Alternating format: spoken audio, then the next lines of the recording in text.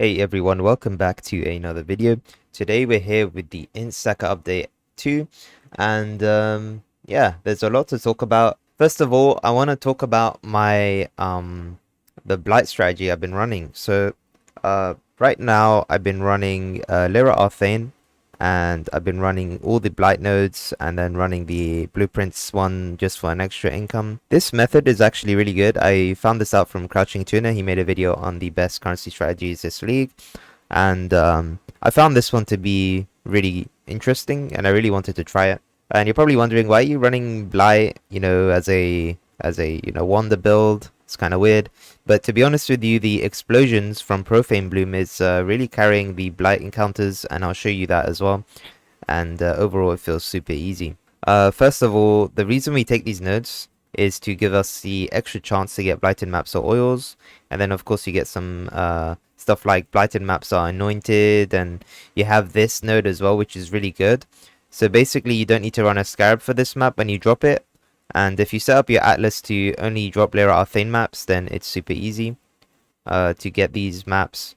And yeah, I've got quite a few of these. And yeah, so what you do is you take all these nodes. You don't need the highest ones. They're not important. And if you find them too hard, you can take off this point as well. But this point is really important. Like, the small points are the most important ones. And then on the watchstones, now I don't actually have optimal watchstones yet. You need the 20% ones. I've got the tier lower, which is like 10 to 14%. I have rolled like 2,000 ults and I haven't hit a single one, and apparently the average is 600, so I got really unlucky. And I've just been selling the Chilo ones and the blueprint ones for profit as I go. And I'm kind of sick of alteration spamming because I've been doing it like almost all day yesterday. Or not all day, but like a lot of the day and the day before that as well.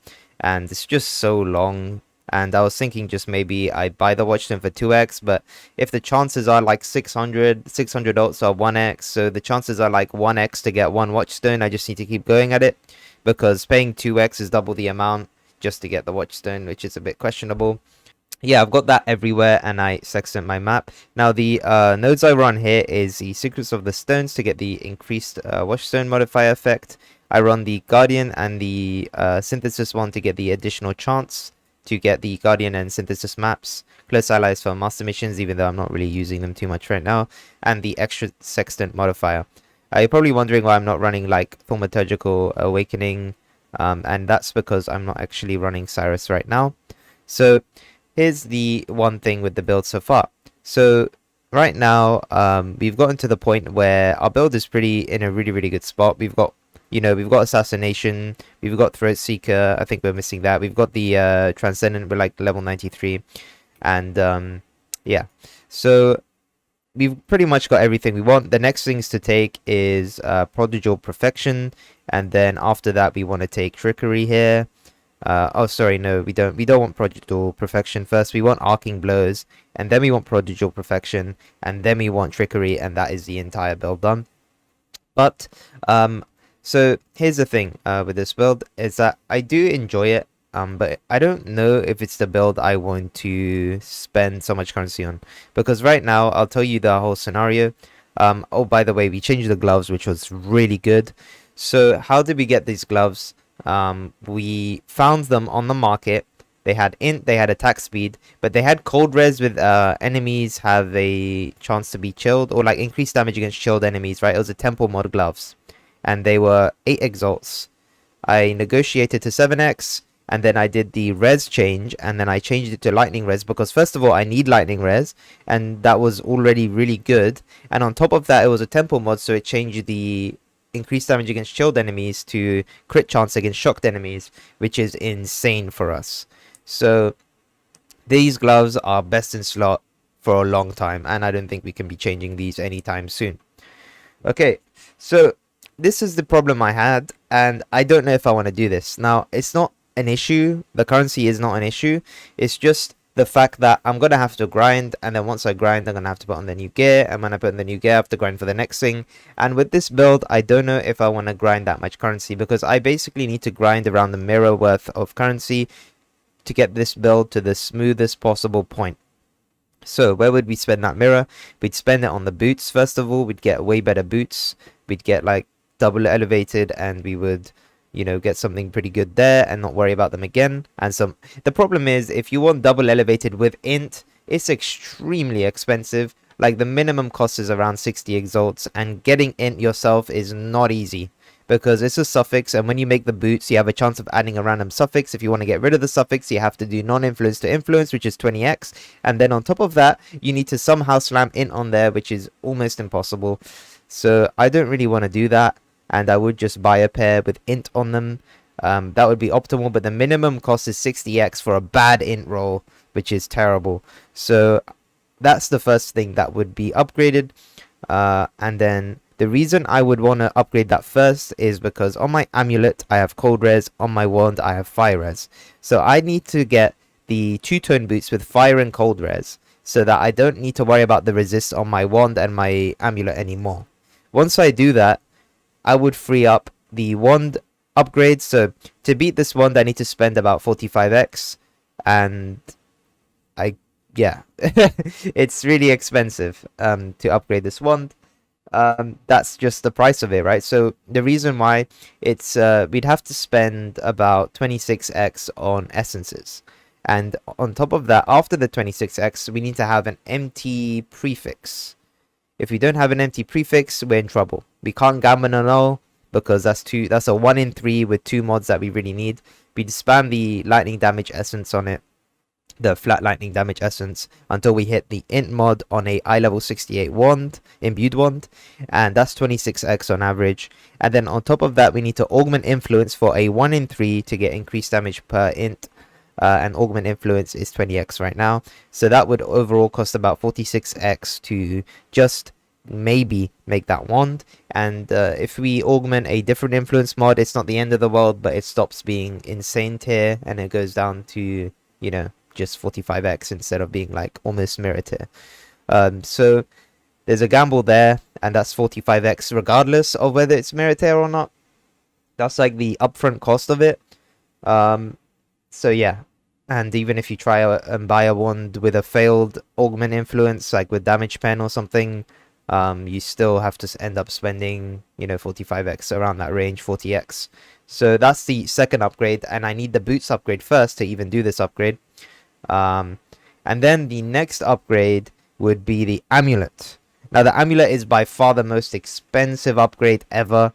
It's like 120x or something ridiculous like that, and making it yourself is not easy, because you need to get an empty suffix once you awaken an orb. If you don't get an empty suffix, you're kind of screwed. You can't annul because you got 2 really important suffixes.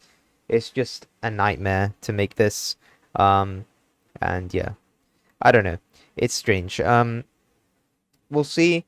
I don't know if I want to do this on this build, because right now, okay, so the reason why I'm unsure of going like this far into this build is purely because I can't farm all the content I want to comfortably. So I can't do, I mean, I haven't tried for a long time, but I'm sure that this build would struggle with Cyrus, but the main reason being because Cyrus teleports everywhere, and for an attack build that's locked into animation like Power Siphon, it feels really bad to fight Cyrus because he just keeps teleporting everywhere. And we don't have the damage to one-shot the last phase, and running around in the last phase is terrible. It's the most unfun experience without regen, so, and without dodge and anything like that, so it's going to be a nightmare. And then the other thing is the Conquerors. So the 3 of the Conquerors are easy. The one I'm worried about is Baron, because if you stand still against Baron, he just puts these circles, overlapping circles on the floor, and you insta-die if you stand still. So I'm really worried about going against him, and I have to just run around until he uses that ability and changes to a different one. So that's the thing that's putting me off Conqueror farming. And now on top of that, I want to farm Blighted maps, and I can't really farm Blighted maps with this build. I mean, I can, but it's not very relaxing, as it would be on a different build. And then the other thing is that I want to farm logbooks really badly, because that's the league content this league, and I'll be really excited to farm that. And the problem is this build can't do logbooks that comfortably. Like, it can do them. I'm not saying the build can't do it. It's just not comfortable, if that makes sense. So what I was planning to do is just farm up currency for the next few days and liquidate this build afterwards. I'm still going to play the build for a few days, and then I'm planning to change out of it and go to like an aura stacking necromancer, because if I do that, then I'll be able to do all that content comfortably. I'll probably be able to hit 100 as well, which I'd like to do. And yeah, let's get into the map showcase. I don't need to use a scarab on this one because yeah, it's just got that. I'm just going to show you guys the blight encounter and maybe the map boss, because there's not really much point of like showing everything on the showcase, because you kind of know how it goes. But yeah, like kinetic blast damage feels so much better now, guys, especially against rares, because if you remember last video, it was terrible. So yeah, here's the blight encounter. So I normally always portal here, but the thing is, if you die in this blight encounter with that node taken, the immune response one, then you basically lose the encounter, because by the time you load into the map, they just insta kill the pump. So yeah, that has happened to me once or twice, because yeah, it was just unfortunate. One time I had a trade, the other time I wasn't paying attention.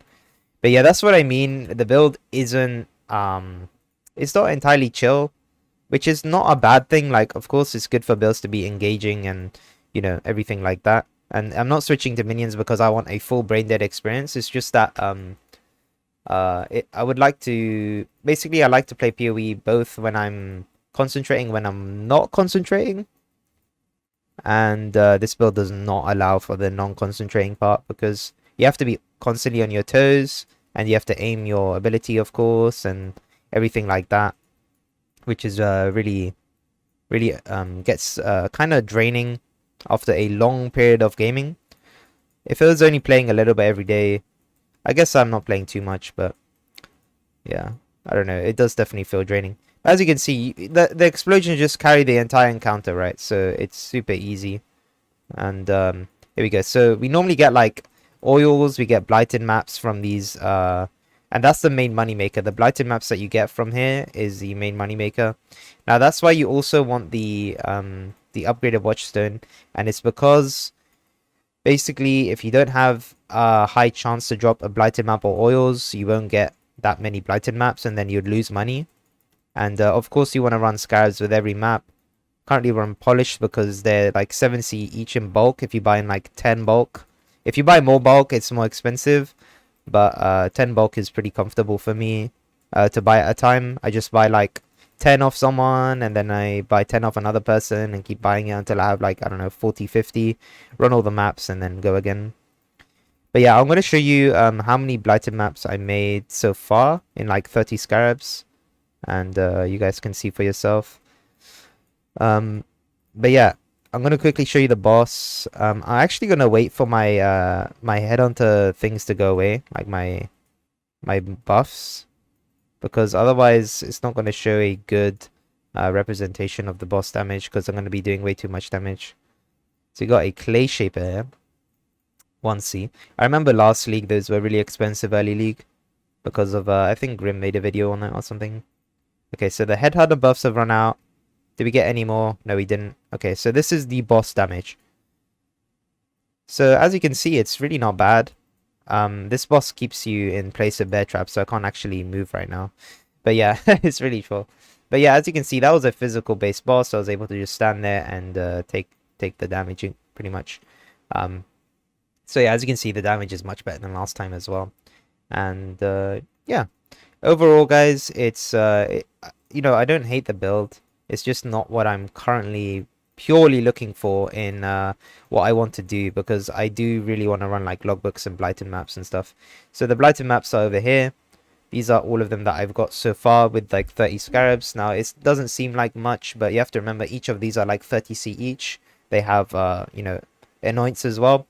They're very appealing to buy, and yeah, overall you make some good money. You get like some oils. I've dropped a lot of opalescent and 1 silver oil, no gold oil yet. You drop some exalts as well from the blight encounters, like the currency chest and the currency, like the not currency but like the map, I don't know what to call it, like the monster pool drop after the blight encounter, like this, like the thing that drops around the pump. There's a bunch of stuff that drops there. You can get exalts from there. I've got like 2 from there, which is really insane. And I think it's because there's just so many monsters.